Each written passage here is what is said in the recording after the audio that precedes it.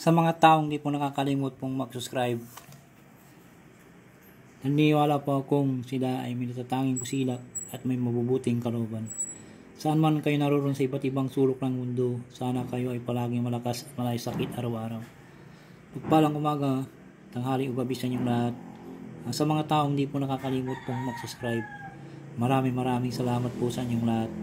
Sana wag po kayong magsawang mag-subscribe sa akin at pagpatuloy nyo po lamang ang pagsuporta at pagtulong po sa akin at tatanayin ko pong napakalaking utang na loob sa inyong lahat at Diyos na pong bahalang magagabay sa inyong lahat.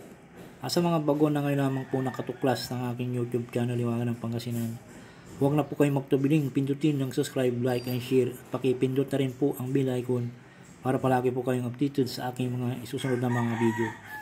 Pagkakalog ko po at ituturo ko po sa inyong lahat ang aking mga nalalaman na panggamot sa spiritual at physical na karamdaman. Lahat ng mga panggamot ng mga orasyon at dito po lamang matutuklasan sa Hiwaga ng Pangasinan. Pakatanda at pakaingatan po lamang, gamitin po lamang sa kabutihan at huwag sa kasamaan. Gamitin upang makatulong sa mga taong nangangailangan.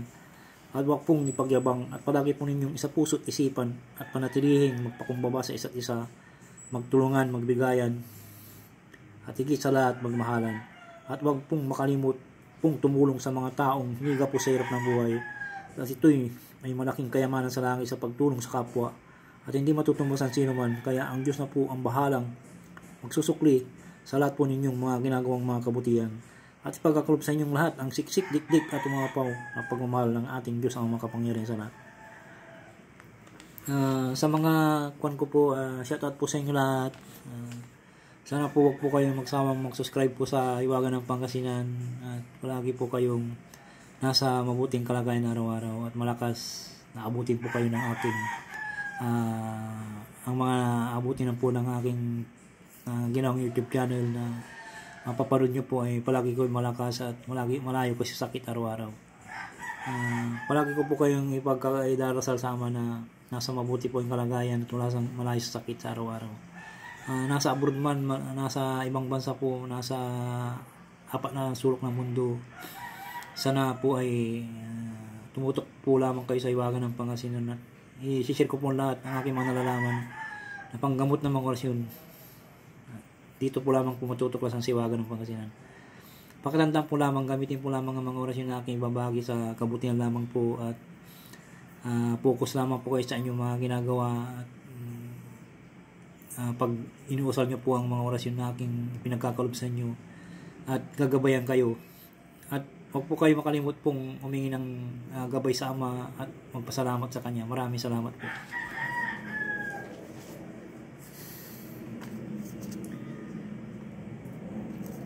Ang isishare ko po ngayon po sa inyo ay yung orasyon gamot sa barang po. Magdasal po ng isang Ama namin.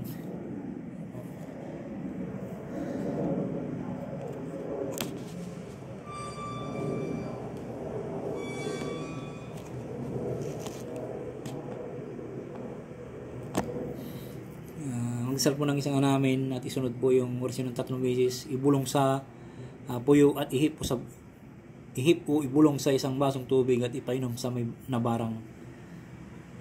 At magdasal po tayo. Ama namin na sa langit, sambahin ang pangalan mo, ikaw nawa ang manghari sa amin.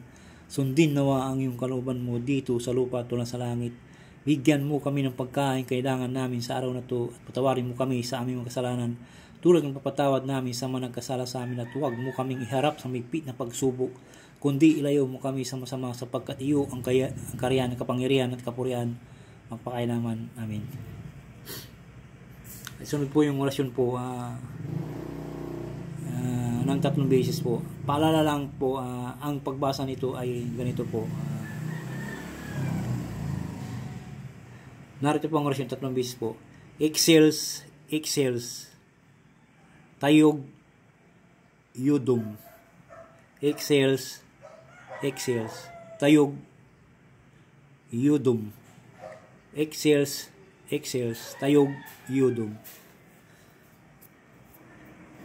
Ang pagbasa po nito ay ibulong sa puyo at ipo sa isang basong tubig at ipainom sa nabarang po. Paalala lang po, ang pagbasa po nito ay ganito po. Narito po ang pagbasa po. Ababa po. Excels, tayog, yudong. Yan po. Pagbasa. 3 beses po. Kung di nyo makakon po, ganito po yung pagbasa po sa baba. Ito po, nilagay ko po dito para mapagana nyo pong orasyon. Kung dito po, mahirapan po kayo dito. Ito po. Excels, tayog, yudong. Pag dito po, nilagay ko po dito sa baba, paalala lang, ang basa nito ay ganito po. Excels, tayog, yudong. 3 beses po. At ibulong sa puyo, uhit po sa puyo at ibulong sa isang basong tubig at ipainom sa mga barang po. Napaka-bisa po itong orasyon po na kibabagay po sa inyo. Kung may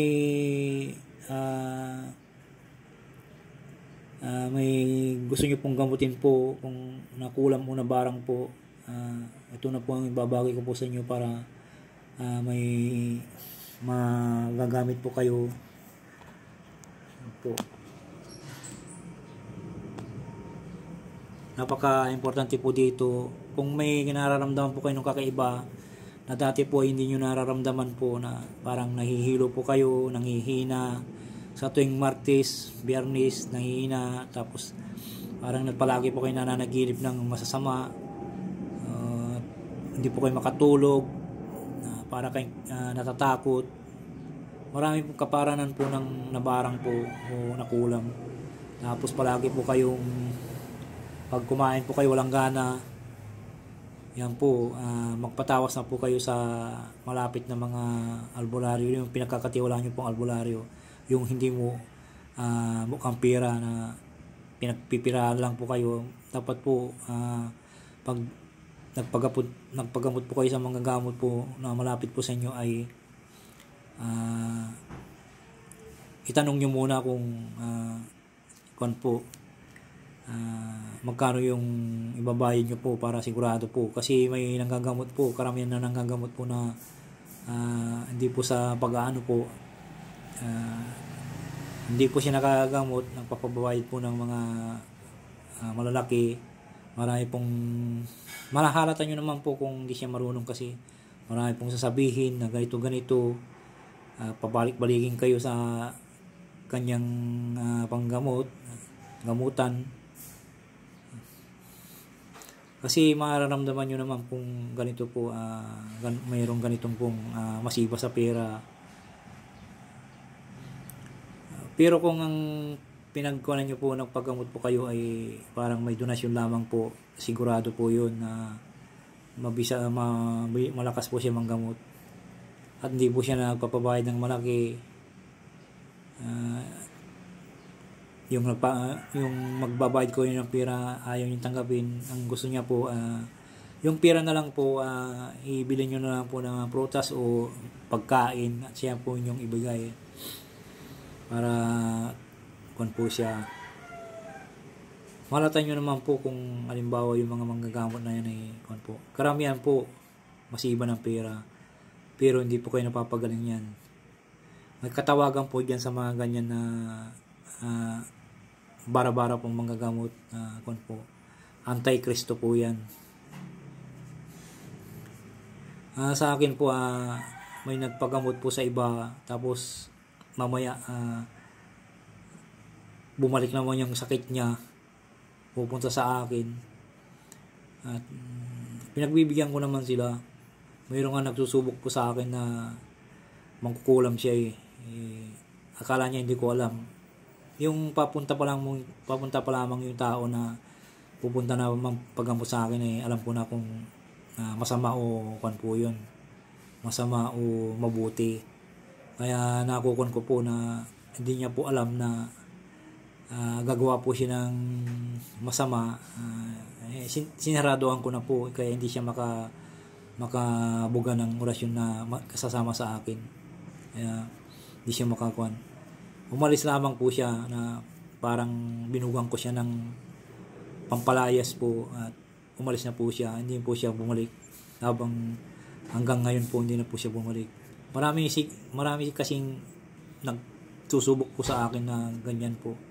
Kunwari yung papagamot at yung pala magbabarang, manggaway,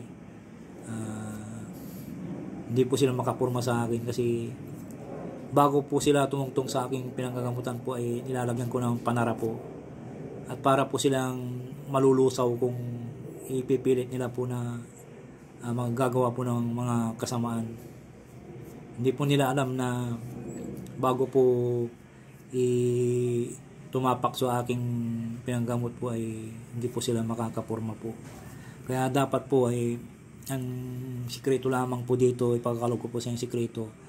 Pag yung nangagamot na po kayo ay palagi po kayong focus po kayo sa sarili po at Diyos po palagi po ang gagabay sa inyo na pagsabihan nyo ng mga ginagawa nyo mga kabutihan.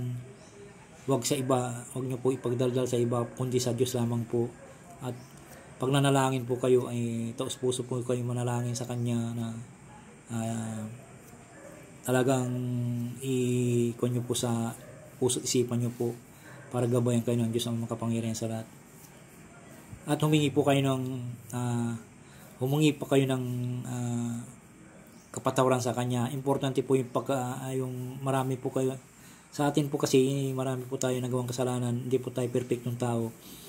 Marami po tayo nagawang kasalanan mula pagkabata po natin hanggang tumanda.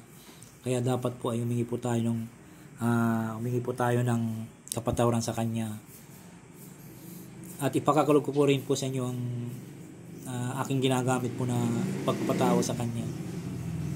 Kung humingi po tayo ng tawad sa Kanya, humingi po kayong tawad ay yung di na po kayo gagawa po ng panibagong kasalanan na po. Kung makakagawa po kayo ay yung na lang po ay medyo magaan po. Sana po naintindihan po nyo aking sinabi po. Bago po kayo manggamot po ay dapat po ay maglinis muna tayo sa ating sarili. Tapos napaka-importante po yung maglinis sarili para paandar natin po lahat ang ating mga gagamitin po mga orasyon po. Kaya tiwala po tayo sa Diyos ang makapangyarihan sa lahat. Kung hingi po tayo ng kapatawaran ay ibulong po natin sa ating Diyos ang makapangyarihan sa lahat at huwag po tayong makalimot pong magpasalamat sa Kanya para tayo ay gabayan sa araw-araw. At kung hingi po rin po tayo ng grasa sa Kanya, ayaw niya kasi ang Diyos ang makapangyarihan sa lahat kasi hindi mo pa nababanggit, alam na niya po. Kaya kahit 2 beses o 3 beses lamang po natin babanggitin po ang ating mga kailangan po, alam na niya po. Huwag po nating sobrang namin ng biyaya sa Kanya kasi naririnig niya po lahat yung ating mga, kahit di po pa natin na ilalabas sa ating puso at isipan po, alam na niya po ang Diyos ang makapangyarihan sa lahat. Alam po niya ang ating mga problema sa buhay. Kaya dapat po ay maglinis muna tayo sa ating mga nagawang mga kasalanan po sa araw-araw. Maraming salamat po sa inyong mga sa aking mga subscriber po at mga baguhan po. Sana po huwag po kayo makalimot pong mag-subscribe, mag-like and share, pakipindot na rin pong binaygon. At tatanayin ko pong napakalaking utang na loob sa inyo. Maraming salamat po.